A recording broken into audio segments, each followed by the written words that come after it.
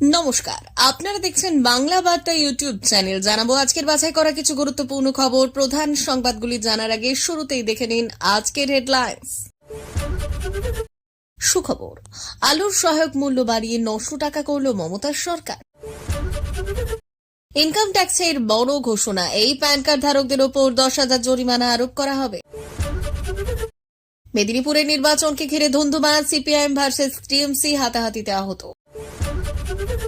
ফসলের ক্ষতিপূরণের টাকা আবার ছাড়ল মমতা, 351 কোটি টাকা বরাদ্দ। 5 লক্ষ টাকা পর্যন্ত ক্রেডিট কার্ড, কেন্দ্রীয় সরকারের ঘোষণা।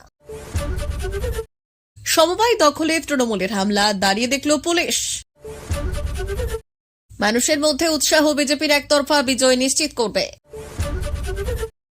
বাংলাদেশে অনুপ্রবেশকারী লাভলি খাতুনকে টিএমসি পঞ্চায়েত প্রধানের পদ থেকে সরালো প্রশাসন। দলের আগেই অ্যাকাউন্টে মোটা টাকা, এবারের হোলিতে থাকবে মোদীর সরকারের গিফট। হাইকোর্টের নতুন নির্দেশে আধার এবং ভোটার কার্ড থাকা মানেই আপনি ভারতীয় নন, এটাও হতে হবে। প্রিয় দর্শক, আপনি যদি আমাদের চ্যানেলে নতুন হয়ে থাকেন তাহলে আমাদের চ্যানেলটিকে সাবস্ক্রাইব করে পাশে থাকা বেল আইকনটি ক্লিক করে রাখুন পরবর্তী খবরের আপডেটগুলো সবার প্রথমে পেতে। আসছে বিস্তারিত খবরে। ডিভিসির জল ছাড়ার জেরে ক্ষতিগ্রস্ত হচ্ছেন বাংলা চাষিরা, তা নিয়ে ফের আরও একবার উষ্মা প্রকাশ করলেন মুখ্যমন্ত্রী মমতা বন্দ্যোপাধ্যায়। মঙ্গলবার নবান্নে সাংবাদিক বৈঠক থেকে তিনি বললেন, রাজ্যকে না জানিয়ে জল ছেড়েছে ডিভিসি, আর তার অকাল বৃষ্টি এবং এর ফলেই ব্যাপক ক্ষতি হয়েছে ফসলের। সেই সঙ্গে আলু চাষিদের জন্য বড় ঘোষণা করলেন মমতা। তিনি স্পষ্টভাবে জানিয়ে দিলেন, এবার থেকে আলু চাষিদের ন্যূনতম সহায়ক মূল্য বাড়িয়ে কুইন্টাল প্রতি 900 টাকা করা হয়েছে। আলু চাষের যে ক্ষতি হয়েছে সেই ক্ষতিপূরণ করার জন্য 321 কোটি টাকা বরাদ্দ করা হলো। শুধু তাই নয়, ক্ষতিগ্রস্ত আলু রাজ্য কিনে দেবে, কিছুটা হলেও মিলবে সুবিধে, আর তাতেই বেশ আনন্দিত হয়েছেন কৃষকরা। ইনকাম ট্যাক্স সতর্কতা, হরিয়ানা আপডেটে। বর্তমান সময়ে বিভিন্ন আর্থিক কার্যক্রমের জন্য প্যান কার্ড অত্যন্ত গুরুত্বপূর্ণ। এটি 10 অঙ্কের একটি অনন্য আলফা নিউমেরিক শনাক্তকরণ সংখ্যা, যা ভারতের আয়কর বিভাগ দ্বারা ইস্যু করা হয়। প্যান কার্ড একটি গুরুত্বপূর্ণ নথি এবং এর ব্যবহার আর্থিক লেনদেন, কর রিটার্ন দাখিল করা এবং বিভিন্ন সরকারি কাজে করা হয়। কিন্তু যেমনটি আপনি উল্লেখ করেছেন, কোনো ব্যক্তির কাছে একাধিক প্যান কার্ড থাকা অবৈধ এবং এটিকে আয়কর আইন ধারা 139 এবং 7 এর অধীনে অপরাধ হিসেবে গণ্য করা হয়। একাধিক প্যান কার্ড রাখার ক্ষেত্রে জরিমানা। যদি কোনো ব্যক্তির কাছ থেকে একাধিক প্যান কার্ড থাকে তবে আয়কর বিভাগের মতে তাকে 10,000 পর্যন্ত জরিমানা দিতে হতে পারে। এছাড়াও যদি প্যান কার্ডে ভুল তথ্য প্রমাণ করা হয় তবে জরিমানা আরোপ করা হতে পারে। মেদিনীপুরে পিপলস কোঅপারেটিভ ব্যাংকে চরম উত্তেজনা। মেদিনীপুর শহরে মনোনয়নপত্র জমা দেওয়াকে কেন্দ্র করে সিপিআইএম এবং তৃণমূল কর্মী সমর্থকদের মধ্যে ধস্তাধস্তি, হাতাহাতি। অভিযোগ ওঠে যে মঙ্গলবার পিপলস কোঅপারেটিভ ব্যাংকের মনোনয়নপত্র জমা দেওয়ার দিনের দ্বিতীয় দিনে 51টি আসনের জন্য 51 জন সিপিআইএম প্রার্থী সহ স্থানীয় সিপিআইএম নেতৃত্ব যাওয়ার পথে তৃণমূল কর্মী সমর্থকেরা তাদের মাঝপথে আটকে দেয়। এরপর তাদেরকে ফিরে যেতে ঠেলাঠেলি করা হয় বলে অভিযোগ এবং সিপিআইএম এর প্রার্থী এবং নেতাকর্মীদের লাথি মারার অভিযোগও উঠেছে তৃণমূল কর্মী সমর্থকদের বিরুদ্ধে। ঘটনায় দুপক্ষের 2 জন আহত হয়। ঘটনায় তীব্র নিন্দা জানিয়েছে সিপিআইএম নেতৃত্ব। প্রাকৃতিক কারণে কোনো ক্ষয়ক্ষতি হলে কৃষকদেরকে বিভিন্ন প্রকল্পের মাধ্যমে সহায়তা করা হয় সরকারের তরফ থেকে। বাংলা শস্য বীমার আওতায় এবার কৃষকদের সহায়তা করা হলো। প্রাকৃতিক দুর্যোগের ফলে যে সমস্ত কৃষকরা ক্ষতিগ্রস্ত হচ্ছেন, নবান্নের তরফ থেকে তাদের আর্থিক সাহায্য প্রদান করা হলো। নবান্নর তরফ থেকে এবার মোটা টাকার ক্ষতিপূরণ দেওয়া হলো প্রাকৃতিক দুর্যোগে ক্ষতিগ্রস্ত লক্ষাধিক কৃষককে। গত বছর শক্তিশালী ঘূর্ণিঝড়ের প্রভাবে ক্ষতিগ্রস্ত কৃষকেরা নবান্নের তরফ থেকে সহায়তা পেয়ে খুশি।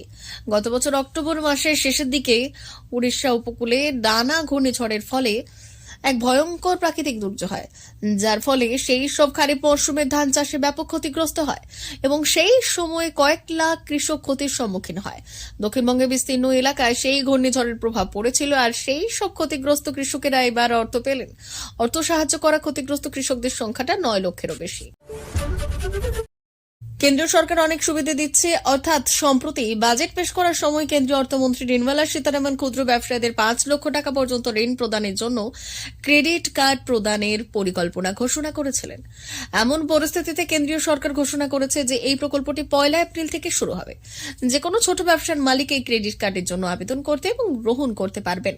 কৃষকদের ঋণ প্রদানের জন্য কেন্দ্রীয় সরকারের প্রধানমন্ত্রী কিষাণ ক্রেডিট কার্ড প্রকল্প ইতিমধ্যেই চালু থাকলেও এই প্রকল্পে একই মডেল অনুসরণ করে ক্ষুদ্র ঋণ ব্যবস্থা বাস্তবায়িত হবে।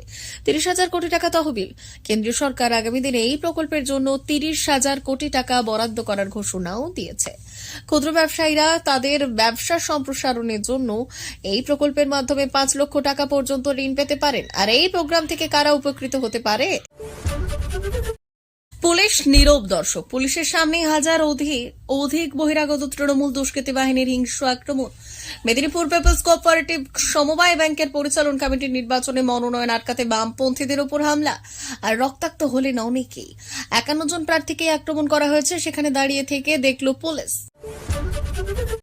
হরিয়ানার মুখ্যমন্ত্রী নাইব সিং সাইনি একটি বড় বক্তব্য দিয়েছিলেন যে জনসাধারণের মধ্যে প্রচুর উৎসাহ রয়েছে, যার জন্য স্থানীয় নির্বাচনে ভারতীয় জনতা পার্টির একতরফা বিজয় নিশ্চিত করবে।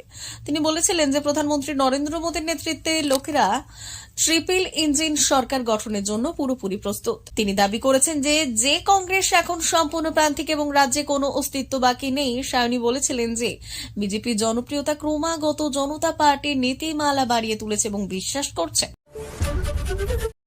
মালদার হরিশ্চন্দ্রপুরের রশিদাবাদ গ্রাম পঞ্চায়েতের প্রধান লাভলি খাতুনকে অবশেষে পঞ্চায়েত সদস্যের পদ থেকে অপসারণ করল প্রশাসন।